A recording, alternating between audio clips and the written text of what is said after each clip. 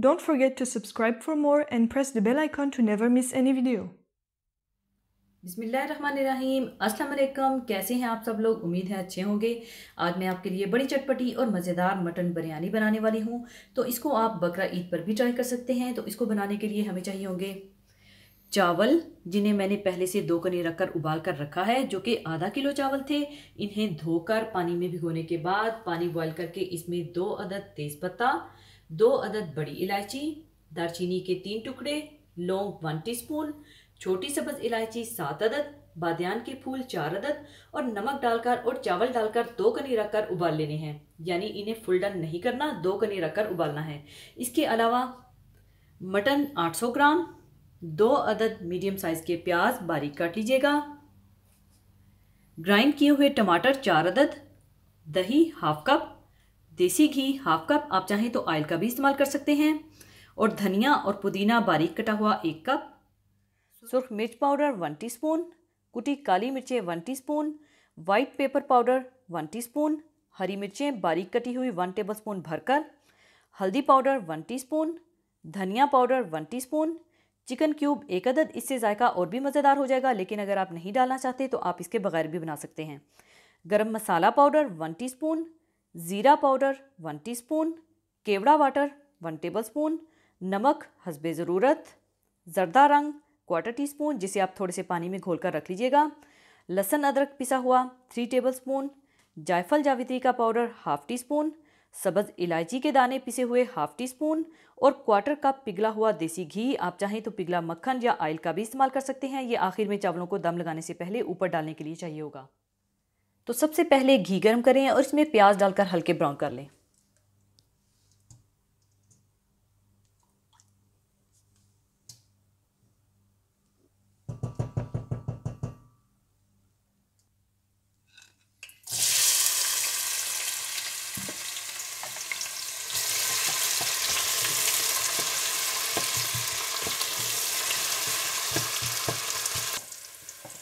जैसे ही प्याज हल्के गोल्डन ब्राउन हो जाएं तो आप इसमें अदरक लहसुन डालकर भून लें।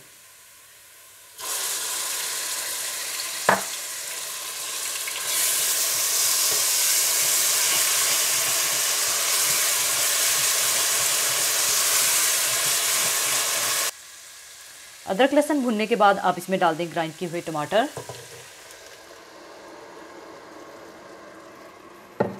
मटन,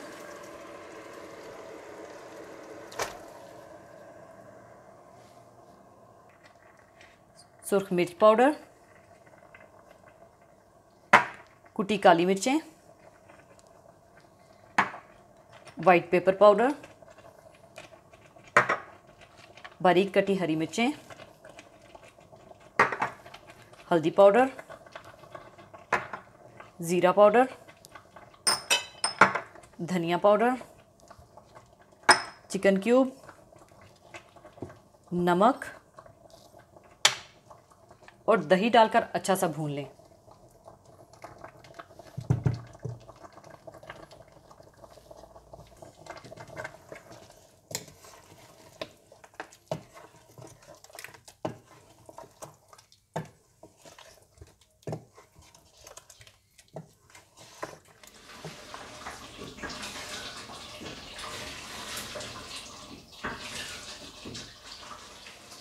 जब गोश्त अच्छा सा भुन जाए तो इसमें इतना पानी डाल दें जिसमें गोश्त गल जाए और पानी दोबारा से खुश्क हो जाए।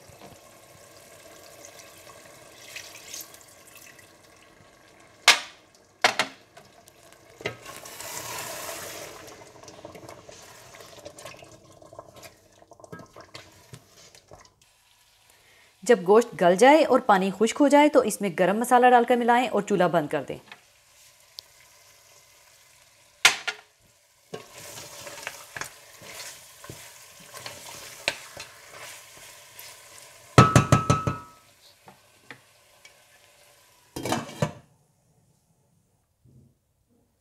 इसके बाद आधे चावलों की तह बिछाएं और ऊपर मटन डालकर फैला लें।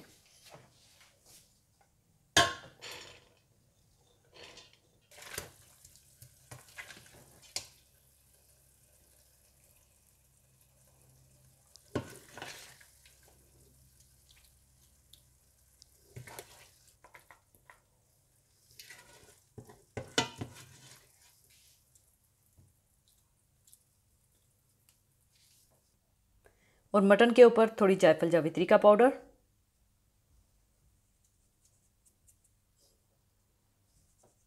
और सब्ज़ इलायची का पाउडर,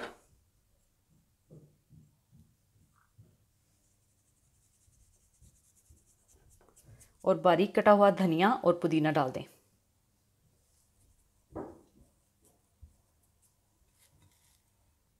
और ऊपर फिर से चावलों की तह बिछा दें। दोबारा से चावलों की तह बिछाने के बाद ऊपर आप दोबारा से जायफल जावित्री का पाउडर डाल दें, सब्ज़ इलायची का पाउडर,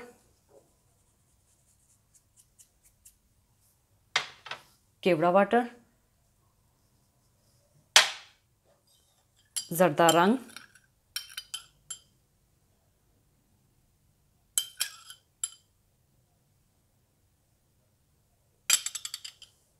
और देसी घी फैलाकर डाल दें।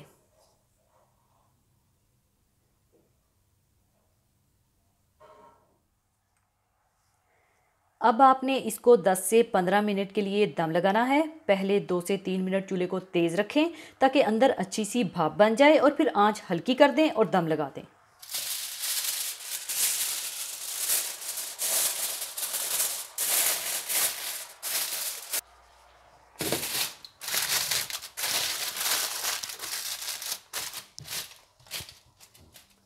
मटन बिरयानी तैयार हो चुकी है। अब मैं इसका दम खोलकर अच्छी तरह से मिलाकर सर्विंग डिश में निकाल लूँगी।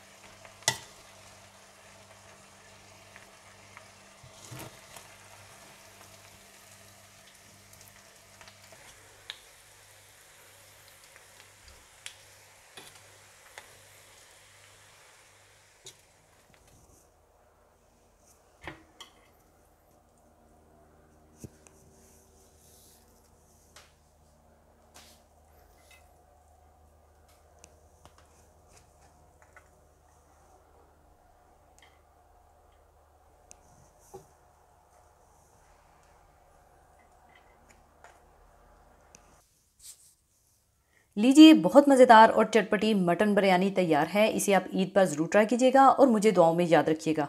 और जाने से पहले एक हदीस पाक शेयर करना चाहूँगी। हदीस पाक इस तरह से है। हज़रत जाबर रज़ी अल्लाह ताला अन्हो से रवायत है कि रसूलुल्लाह सल्लल्लाहु अलैहि वसल्लम ने इरशाद फरमाया, बंदे के और कुफ्र के दरमियान नमाज छोड़ देने ही का फासला है। अल्लाह और रसूलुल्लाह सल्लल्लाहु अलैहि वसल्लम पर ईमान लाने और तौहीद और रसालत की गवाही देने के बाद सबसे पहला और सबसे बड़ा फ़र्ज़ इस्लाम में नमाज है। नमाज अल्लाह ताला की ख़ास इबादत है। ये इस्लाम की बुनियाद और सुतून है। ये एक ताल्लुक़ का नाम है जो बंदे और उसके रब के दरमियान कायम होता है।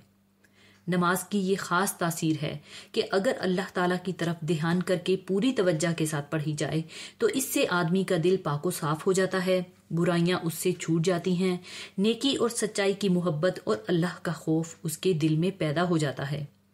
अलगर्ज कलमा के बाद नमाज ही इस्लाम की बुनियाद है और हकीकत ईमान से उसका ऐसा गहरा ताल्लुक है कि इसको छोड़ देने के बाद आदमी गोया कुफ्र की सरहद तक पहुंच जाता है। हम में से हर एक को सोचना चाहिए कि अगर हमने अच्छी तरह और पाबंदी के साथ नमाज पढ़ने की आदत ना डाली तो फिर हमारा हशर और अंजाम क्या होने वाला है।